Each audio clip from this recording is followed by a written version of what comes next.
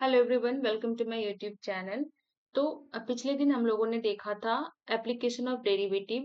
Function differentiable हो तो उसका यूज करके हम लोग कैसे बोलते हैं कि फंक्शन किसी इंटरवल पे इंक्रीजिंग है, डिक्रीजिंग है या फिर किसी पॉइंट पे कैसे है। तो ये सब हम लोगों ने देखा था। अब थोड़ा सा कंसेप्ट रह गया है कि हम बताया था कि डिफरेंशिएबिलिटी का यूज करके वन वन फंक्शन कैसे चेक करेंगे, और भी कुछ थोड़ी बहुत प्रॉपर्टी बच गए तो वो हम लोग देख लेते हैं। चलो ओके, तो चलो स्टार्ट करते हैं। तो सबसे पहले तुमने स्ट्रिक्टली मोनोटोन के बारे में नहीं बताया था, तो सेम वही जैसे होता है जैसे हम लोगों ने डोमेन डी पे देखा था, तो वैसे ही हो जाएगा। तो ये फंक्शन जो है F is increasing, strictly increasing, strictly increasing on I if क्या हो जाएगा, यहाँ पे बस सिंपल इक्वलिटी की साइन हट जाएगा, ग्रेटर देन जीरो होगा for all x belong to I के लिए, ठीक है। And f is strictly decreasing होगा ऑन आई पे if f dash x not नहीं, एफ होल इंटरवल पे देख रहे हैं ना,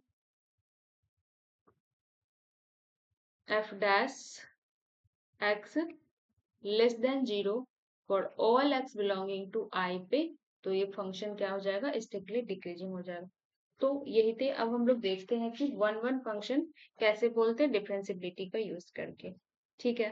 तो ये बहुत ही काम की प्रॉपर्टी है, एप्लीकेशन है डेरिवेटिव की। तो if f dash x greater than zero for all x belonging to D के लिए, देन ये इम्प्लाई करता है कि f इज स्ट्रिक्टली इंक्रीजिंग,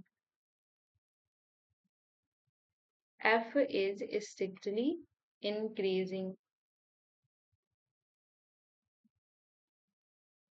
ठीक है। तो ये फंक्शन क्या हो जाएगा, वन वन हो जाएगा। अगर f dash greater than zero था for all x belong to D के लिए, तो ये तो इम्प्लाई करता है कि फंक्शन स्ट्रिक्टली इंक्रीजिंग है, ठीक है। अगर स्ट्रिक्टली इंक्रीजिंग है तो ये इम्प्लाई क्या कर देता है कि फंक्शन जो है ये वन वन है, ठीक है। ये अगर अब हम बोल देंगे कि फंक्शन कॉन्टिन्यूअस ही नहीं हुआ, तो अगर डिफरेंशिएबल है तभी तो फंक्शन को हम डिफरेंशिएट कर पा रहे हैं। तो मतलब फंक्शन कॉन्टिन्यूअस भी है, डिफरेंशिएबल होगा तो कॉन्टिन्यूअस भी है। और स्ट्रिक्टली, और ये ग्रेटर देन जीरो हो गया तो फंक्शन स्ट्रिक्टली इंक्रीजिंग हो गया, स्ट्रिक्टली इंक्रीजिंग हो गया तो ये फंक्शन वन वन हो जाएगा। देखो ऐसा होगा, अगर हमने ऐसा ले लिया और ये ऐसा कुछ, ठीक है।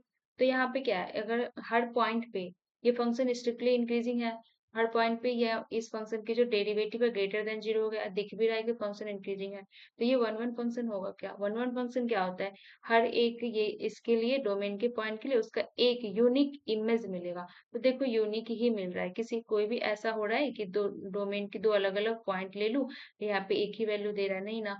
हर एक पॉइंट के लिए डिफरेंट वैल्यू ले रहा है। तो ये वन वन दिख रहा है, ये वन वन है ये फंक्शन, है ना। सेम डिक्रीजिंग के लिए भी होगा कि if f dash x less than zero for all x belonging to D, तो ये इम्प्लाई करता है कि function is strictly decreasing and this imply f is one one, ठीक है। तो अगर हम ये देखते हैं कि अगर एफ डैश एक्स ऐसा हो जाए, ये क्या होगा, व्हाट इफ कि एफ डैश एक्स जो है ये greater than equals to zero हो जाए for all x belonging to D के लिए, तब हम लोग क्या बोलेंगे, तब बोल सकते हैं कि वन वन है। तो नहीं, तब ये क्या हो जाएगा, वन वन नहीं होगा, ये मैनी वन हो जाएगा। क्यों, क्योंकि ये देखो कुछ ऐसा हो बन जाएगा ग्राफ हमारे पास, क्योंकि क्या है, ग्रेटर देन भी है और इक्वल टू जीरो भी है बट लेस नहीं है, ठीक है। तो ये फंक्शन कैसा होगा, सबसे पहले तो ये फंक्शन क्या होगा, मोनोटोन होगा, स्ट्रिक्टली नहीं होगा, इंक्रीजिंग होगा, क्योंकि यहाँ पे इक्वलिटी भी है। तो सिंपल इंक्रीजिंग होगा तो फंक्शन क्या होगा, चाहे तो कांस्टेंट रहेगा या फिर वो अपना वैल्यू बढ़ते जाएगा, फिर कभी कांस्टेंट रह गया फिर कभी बढ़ के घटेगा नहीं, ठीक है। तो ये फंक्शन 1 1 होगा क्या? नहीं होगा। देखो क्यों? देखो इतने सारे पॉइंट्स के लिए ये जो है फंक्शन सेम ही वैल्यू ले रहा है ना। मान लो कि इसके यहाँ पे कोई पॉइंट है एक्स नोट, तो उसके कोरिस्पॉन्डिंग जो फंक्शन अपना वैल्यू लेगा, ठीक है, उसके कोरिस्पॉन्डिंग जो फंक्शन अपना वैल्यू लेगा, तो यहाँ पे भी कोई पॉइंट लो तो फंक्शन वही वैल्यू ले रहा है, मतलब इतने दूर तक में, है ना। तो ये इतने डोमेन के लिए फंक्शन हमेशा ही अपनी वैल्यू सेम ही ले रहा है। तो ये मेनी वन की डेफिनेशन होता है ना, तो ये फंक्शन क्या हो गया? मेनी वन हो गया, मेनी वन हो गया। ओके, तो इसीलिए अगर ऐसा हो तो ये मेनी वन हो जाएगा, और अगर सिर्फ ग्रेटर देन जीरो हो, इक्वलिटी की बात नहीं हो रही हो, तो वो फंक्शन जो है वो 1 1 हो जाएगा। ठीक है, अब देखते हैं, इसको लिख लेते हैं हम लोग सही से। 1 1 function and the derivative. 1 1 function and the derivative.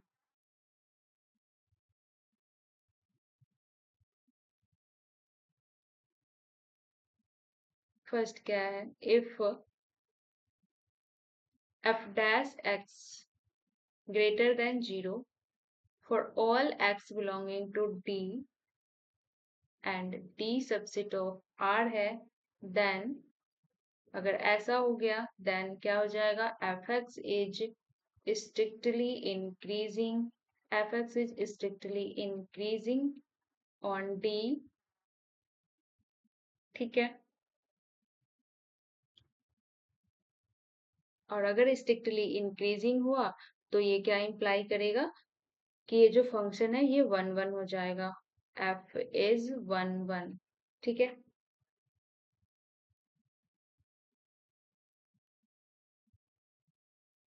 But अगर ऐसा हो जाए कि f dash x greater than or equals to 0 है for all x belonging to D के लिए, यहाँ पे एक पॉइंट है, इसे हमें ध्यान से देखना है। ये तो ग्रेटर देन इक्वल्स टू 0 फिर तो फिक्स है, फंक्शन 1 ही है, 1 1 ही है। लेकिन अगर ग्रेटर देन इक्वल्स टू हो जाए तो क्या होगा? तो क्या फंक्शन हमेशा ही 1 1 नहीं होगा? जैसे कि हमने यहाँ पे एग्जांपल देखा कि ग्रेटर देन इक्वल्स टू 0 तो फंक्शन मेनी वन हो जा रहा है, ठीक है, ये हमने देखा। तो क्या ये जो चीज है ये हमेशा ही ऐसा होगा क्या, कि जब भी ग्रेटर देन इक्वल्स टू 0 होगा तो फंक्शन 1 1 नहीं होगा? तो यही कंसेप्ट हमें देखना है, ये ऐसा नहीं होता है। चलो देखते हैं, the subset of R, then ये जो कंडीशन है ये हमें कोई प्रॉपर आइडिया नहीं देता है। Then this condition gives no proper idea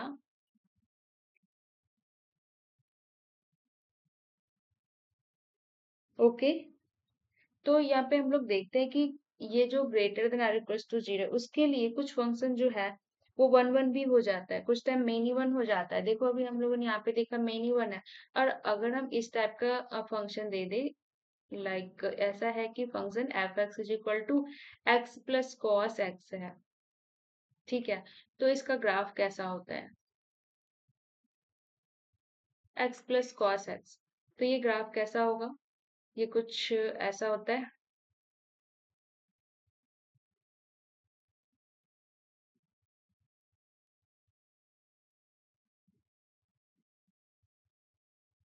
ठीक है, ये ऐसे ऐसे चलते जाता है, ठीक है।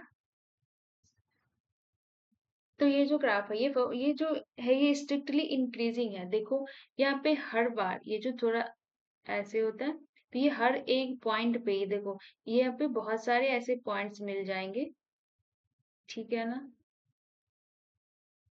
जहाँ पे एफ डैश एक्स 0 है, जहाँ पे इसकी जो स्लोप है वो पैरेलल टू एक्स एक्सिस के होगा। देखो इस पॉइंट पे जो function F dash x note जो है वो 0 होगा इस पॉइंट पे, ठीक है।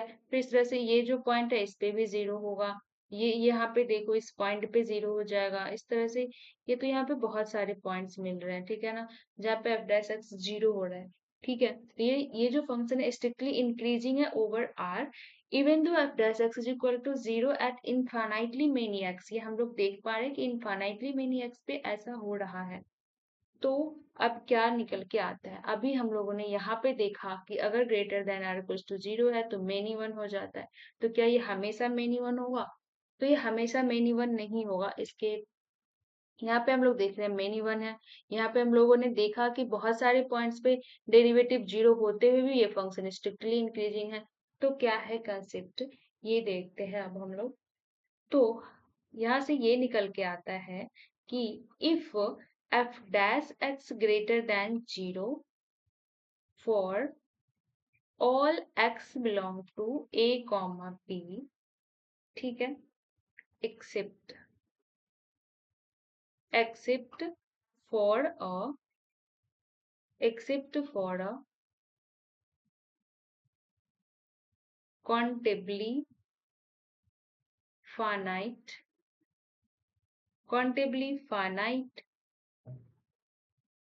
या फिर इनफाइनाइट countably finite या infinite number of points where f dash x is equal to 0, then still fx is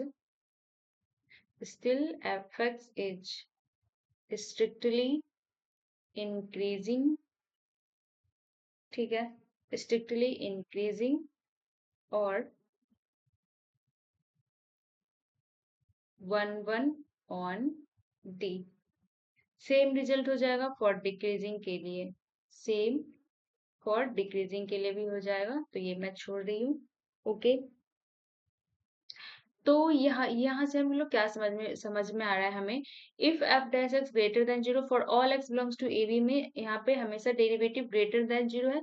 ये जो लाइन है ये बहुत ही इंपॉर्टेंट है। एक्सेप्ट फॉर अनकाउंटेबली फाइनाइट और infinite number of points where f dash x is equal to 0 है, मतलब फंक्शन की जो डेरिवेटिव है वो 0 हो रहा है, वो अनकाउंटेबल नहीं होगा, मतलब काउंटेबली फाइनाइट होगा या इनफाइनाइट होगा, बस अनकाउंटेबल नहीं होगा, तो वो स्ट्रिक्टली इंक्रीजिंग होगा, ठीक है, तब भी वो फंक्शन स्ट्रिक्टली इंक्रीजिंग होगा और वो 1 1 हो जाएगा। तो ये ऐसा क्यों हो रहा है, यहाँ पे देखो, यहाँ पे क्या था, यहाँ पे इस पूरे के पूरे डोमेन में ये जो फंक्शन है ना, यहाँ पे इसकी जो वैल्यू है ये 0 हो रहा है ना, तो यहाँ पे 0 है, तो ये क्या होगा, ये अनकाउंटेबल नंबर ऑफ पॉइंट्स हो गया ना। कोई भी जो इंटरवल है ए टू बी में अगर हम ऐसा देखें तो यहाँ पे तो अनकाउंटेबल नंबर ऑफ पॉइंट्स है, तो इतना के बीच में मतलब अनकाउंटेबल नंबर ऑफ पॉइंट्स से 0 हो रहा है, तो इसका मतलब तो यही निकल के आ रहा है कि ऐसे ही कि पूरी फंक्शन इतना दूर में कांस्टेंट हो जा रहा होगा, ठीक है। तो ये ऐसा वाला केस नहीं होगा, तब ऐसा होगा फिर तो मेनी वन है, अनकाउंटेबल नंबर ऑफ पॉइंट्स पे 0 हो जाए, या फिर 0 हो फाइनाइट या फिर इनफाइनाइट बट काउंटेबल हो, तब तो ये फंक्शन स्ट्रिक्टली इंक्रीजिंग होगा, 1 1 भी होगा, ठीक है। मतलब सिंपली ये कहना चाह रहा है कि दैट इज सिंपली ये है कि f dash x must not be zero must not be 0 over an interval, मतलब किसी एक इंटरवल के ऊपर नहीं करा। यहाँ पे देखो क्या, यहाँ पे हर एक पॉइंट, यहाँ पे हमें एक पॉइंट मिल गया, फिर यहाँ पे हमें एक पॉइंट मिल गया, ऐसा है क्या कि कोई डोमेन के पूरे इंटरवल पे ही फंक्शन की जो वैल्यू डेरिवेटिव 0 हो रहा है, नहीं ना। ये पॉइंट अपनी थोड़ी थोड़ी दूर पे ऐसे है, तो ये काउंटेबल हो गया। मतलब must not be 0 over an interval on D, मतलब ऐसा कोई इंटरवल नहीं एग्जिस्ट करेगा, क्यों, तो यही तो है कि अगर इतना में हो गया तो फिर इसके जो पॉइंट है वो अनकाउंटेबल हो गया, तो ये ऐसा वाला केस नहीं होगा। तो अगर ऐसा हुआ तो मेनी वन हुआ, और ऐसा नहीं है तो ये 1 1 ही रहेगा, स्ट्रिक्टली इंक्रीजिंग ही होगा, ठीक है। तो हम लोग थोड़ा देख लेते हैं कि कंपोजिशन ऑफ फंक्शन, मतलब फंक्शन की कंपोजिशन क्या होगा, इंक्रीजिंग डिक्रीजिंग, अगर फंक्शन इंक्रीजिंग डिक्रीजिंग है तो। Okay, some properties some property of increasing decreasing function,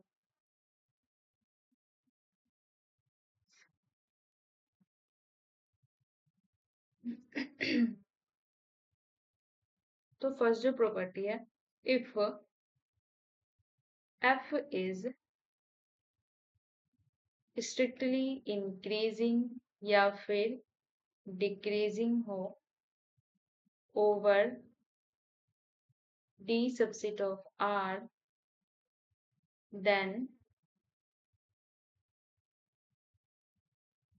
then f inverse is also strictly increasing या फिर डिक्रीजिंग होगा ओवर कहाँ पे, एफ इनवर्स फंक्शन, तो एफ टी पे हो जाएगा। ठीक है, तो अगर कोई फंक्शन स्ट्रिक्टली इंक्रीजिंग या डिक्रीजिंग है होल इंटरवल पे, तो उसका जो इनवर्स फंक्शन अगर एग्जिस्ट करेगा तो वो भी स्ट्रिक्टली इंक्रीजिंग डिक्रीजिंग होगा ओवर इस पे। ठीक है, इस डोमेन पे, एफ टी पे।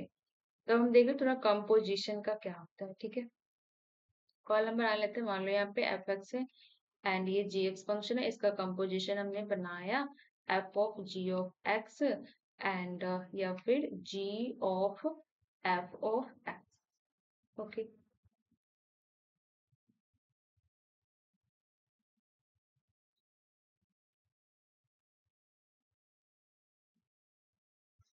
तो ये क्या हो जाएगा, मान लो ये फंक्शन, अगर फंक्शन एफ एक्स जो है ये इंक्रीजिंग है एंड जी एक्स जो है ये इंक्रीजिंग है, तो इंक्रीजिंग इंक्रीजिंग इसका कंपोजिशन भी इंक्रीजिंग हो जाएगा। एंड अगर ये फंक्शन डिक्रीजिंग है एंड जी एक्स फंक्शन भी डिक्रीजिंग है, तो इसका कंपोजिशन भी इंक्रीजिंग हो जाएगा, इसका कंपोजिशन इंक्रीजिंग होगा। ठीक है, एंड सेकंड जो है ये अगर इंक्रीजिंग हो गया, ये अगर इंक्रीजिंग हुआ एंड एक डिक्रीजिंग हुआ, तो ये जो है ये डिक्रीजिंग हो जाएगा।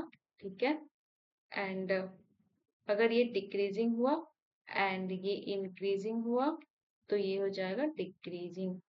मतलब दोनों अगर इंक्रीजिंग है तो इंक्रीजिंग, दोनों डिक्रीजिंग है तो इंक्रीजिंग, एंड एक अगर दोनों में से कोई एक भी इंक्रीजिंग डिक्रीजिंग हो गया तो हमेशा ये डिक्रीजिंग होगा। तो ठीक है, तो ये हमें थोड़ा सा ध्यान में रखना है। तो आज के लिए इतना ही, मिलते हैं नेक्स्ट डे, हम लोग देखेंगे डर बॉक्स थ्योरम। ठीक है, और उस पर थोड़ी प्रॉब्लम्स करेंगे, उसके बाद हम लोग मैक्सिमम मिनिमम की तरफ चलेंगे। ठीक है, तो आज के लिए इतना ही, मिलते हैं नेक्स्ट डे।